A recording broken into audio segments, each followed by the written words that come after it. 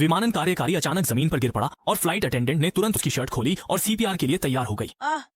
वे तीनों प्रकाश से अंधे हो गए और तभी उन्हें एहसास हुआ कि उनका पर्यवेक्षक वास्तव में सोने की तस्करी कर रहा था। हालांकि फ्लाइट अटेंडेंट गरीबी में जी रहे थे, लेकिन इतनी बड़ी संपत्ति देखकर उन्होंने अपना दिमाग नहीं खोया। इसके बजाय उन्होंने तुरंत पुलिस को बुलाकर सारा सोना सौंप दिया। लेकिन वे लालची नहीं थे, बल्कि उनकी महत्वाकांक्षा और भी बड़ी थी। तीनों ने चुपके से सुपरवाइजर का मोबाइल फोन ले लिया और उसमें मौजूद जानकारी का इस्तेमाल कर सोने की तस्करी करने वाले व्यापारी से संपर्क किया। हैरानी की बात यह थी कि वह व्यापारी एयरलाइन कंपनी का मानव संसाधन मंत्री ही था। हालांकि तीनों ने इस बात का कोई शोर नहीं मचाया, बल्कि मंत्री के छोटे वर्कशॉप पर पहुंचने के बाद उस सुपरवाइजर का काम संभालने की पेशकश की जो अभी अभी मर गया था। मंत्री ने 12 किलो सोना निकालकर उनके सामने रख दिया और कहा कि वे खुद ही इसे बाहर ले जाने का तरीका सोचें। वापस लौटने के बाद तीनों ने सोचा, एक एयर होस्टेस को चॉकलेट बॉल्स खाना बहुत पसंद था, जिससे उन्हें एक आइडिया मिला। फिर वे एक गुप्त लोहार की दुकान पर गए, 12 किलो सोने की ईंटों को पिघलाकर चॉकलेट के सांचे में डाला। जमने पर उसे सुनहरे टिन फॉइल में लपेटा गया, जिससे वह बाहर से असली चॉकलेट बॉल जैसा ही लग रहा था। क्योंकि वे तीनों एयर होस्टेस थीं, इसलिए विमान में चढ़ते समय वे विशेष रास्ते से जाती थीं, जहां कड़ी जांच नहीं होती थी।